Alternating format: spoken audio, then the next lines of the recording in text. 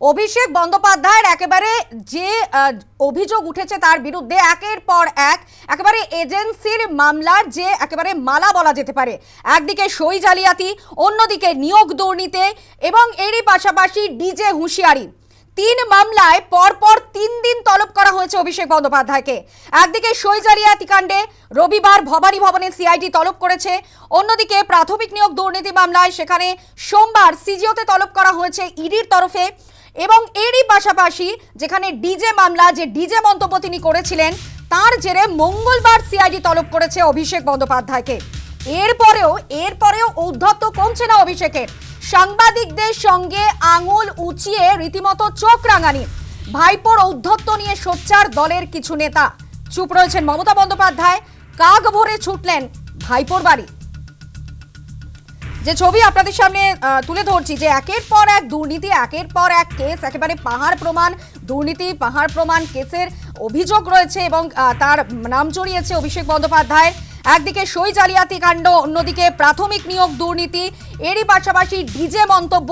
এর আগে আপনারা জানেন পুরসভাতেও কিন্তু যথেষ্ট অস্বস্তিকর বিষয় হয়েছিল অভিষেক বন্দ্যোপাধ্যায়। সেখানে অভিষেকের বাড়ির বেআইনি অংশ ভাঙতে নোটিশ দিয়েছিল কলকাতা পুরসভা। অর্থাৎ কোনোভাবেই কিন্তু শান্তি নেই মনে। সেখানে 3টি মামলায় পরপর 3 দিন তলব করা হয়েছে। একদিকে রবিবার ভবানী ভবনে সিআইডি তলব, অন্যদিকে প্রাথমিক নিয়োগ দুর্নীতিতে সোমবার সিজিওতে তলব করা হয়েছে ইডির তরফে। প্রতিবেদন তুলে ধরেছেন আমাদের প্রতিনিধি প্রীতি পাত্র। সিআইডি দপ্তরে কিন্তু জিজ্ঞাসাবাদের জন্য তাকে তলব করা হয়েছে, যেখানে স্বাক্ষর জালিয়াতি মামলা। এর আগেই গত 11 তারিখ তাকে হাইকোর্টের নির্দেশ মতো তিনি সিআইডি দপ্তরে সেখানে হাজিরা দিয়েছিলেন। তবে সিআইডি আধিকারিকদের সূত্রে যেটা জানা যায়, তদন্তে কোনো রকম তিনি সহযোগিতা করেননি, অর্থাৎ জিজ্ঞাসাবাদে কোনো রকম তিনি সহযোগিতা করেননি। তাকে যে প্রশ্ন করা হয়েছিল সেই প্রশ্নের তিনি কোনো রকম সঠিক উত্তর দেয়নি। রেজলিউশন বুক নিয়েও কিন্তু কোনো রকম তথ্য সিআইডি আধিকারিকদের তিনি দেননি, এমনটাই কিন্তু সিআইডি সূত্রে জানা যায়। এবং কার্যত তাকে যখন প্রশ্ন করা হচ্ছিল তিনি মেজাজ হারিয়ে ফেলেন, এমনটাও কিন্তু দাবি করা হয়েছিল সিআইডির পক্ষ থেকে। ফলে যেহেতু তিনি তদন্তে কোনো রকম সহযোগিতা করেননি, ফলে আবারও কিন্তু তাকে জিজ্ঞাসাবাদের প্রয়োজন।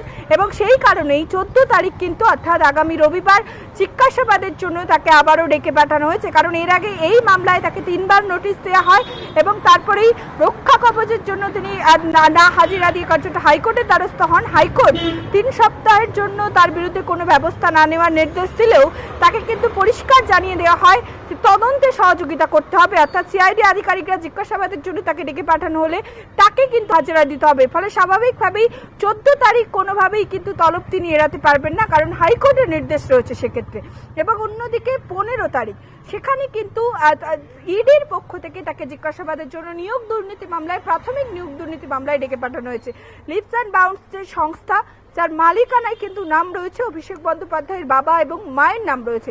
এবং অন্যদিকে এই সংস্থারই একজন সুজয় কৃষ্ণ ভদ্র, যাকে গ্রেফতার করা হয়েছিল ইডির পক্ষ থেকে। এবং এই সুজয় কৃষ্ণ ভদ্রেরই একটি ভয়েস স্যাম্পল সামনে এসেছিল, যেখানে দেখা গিয়েছিল সুজয় কৃষ্ণ ভদ্র তিনি পরিষ্কারভাবে সেখানে শোনা যাচ্ছে তিনি কাউকে স্যার সম্বোধন করে বলছেন এবং এই যে চাকরির বিনিময়ে টাকা দেওয়া হচ্ছে এই কথা কিন্তু স্বীকার করেছেন তিনি।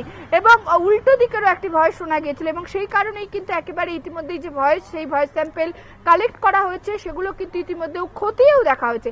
এবং সেখান থেকেই ইডির হাতে কিন্তু বেশ কিছু গুরুত্বপূর্ণ তথ্য ইতিমধ্যেই সামনে এসেছে এবং সেই তথ্যের ভিত্তিতেই কিন্তু অভিষেক বন্দ্যোপাধ্যায় তাকে জিজ্ঞাসাবাদ করতে চান ইডি আধিকারিকরা। এবং সেই মর্মে কিন্তু একেবারে অভিষেক বন্দ্যোপাধ্যায়ের কালীঘাটের বাড়িতে গিয়ে তাকে নোটিশ দেওয়া হয় ইডির পক্ষ থেকে। এবং 15 তারিখ অর্থাৎ আগামী সোমবার কিন্তু তাকে হাজিরা দেওয়ার নির্দেশ দেওয়া হচ্ছে সিজিও কমপ্লেক্সে।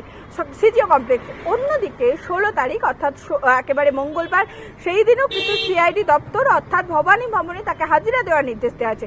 তবে এটি একটা অন্য মামলা, যেখানে অভিষেক বন্দ্যোপাধ্যায়কে দেখা গিয়েছিল নির্বাচনী প্রচারে গিয়ে কার্যত কিন্তু ডিজে বাজানোর হুমকি দিয়েছিলেন তিনি 4 তারিখের পর। তিনি বলেছিলেন রবীন্দ্রসঙ্গীত নয়, 4 তারিখের পর এবারে ডিজে বাজানো হবে।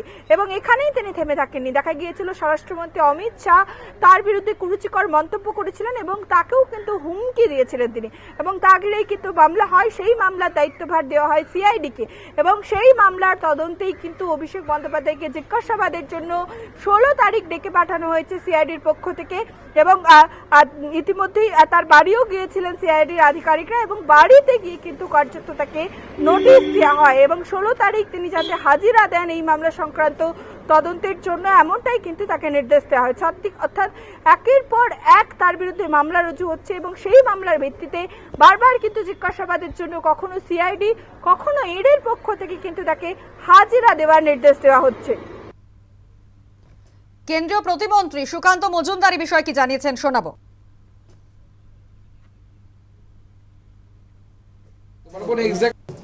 দেখুন, আমরা তো মিডিয়ার মাধ্যমে জানতে পারছি প্রশাসনের বিষয়ে, তো আমরা বলতে পারবো না এক্স্যাক্টলি, কিন্তু অভিষেক বন্দ্যোপাধ্যায় যেভাবে গোটা পশ্চিমবঙ্গে মানুষকে বিগত 15 বছর ধরে জ্বালিয়েছেন, 15 একটু পরে শুরু করেছিলেন, যবে থেকে ঢোকার পর উনি জ্বালিয়েছেন মানুষকে, যেভাবে অত্যাচার করেছেন, তো ওনার নামে যদি ভারতবর্ষ এই পশ্চিমবঙ্গের সব থানাতে একটা দুটো করে কেস থাকে, আমি অন্ততপক্ষে বা এফআইআর থাকে, আমি অন্ততপক্ষে অবাক হব না।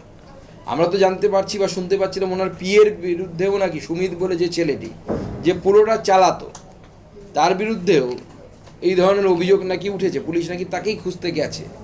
তো এই যে অভিযোগ উঠছে বারবার, এবং সেই অভিযোগগুলো অত্যন্ত গুরুতর ধরনের অভিযোগ, কখনো এমএলএ সই জাল করার অভিযোগ উঠছে, কখনো কোথাও সম্পত্তি নিয়ে নেওয়ার অভিযোগ উঠছে, কখনো অভিযোগ উঠছে যে বেআইনিভাবে without permission, without plan approval from the corporation তারা কনস্ট্রাকশন করেছে নিজের বাড়ির।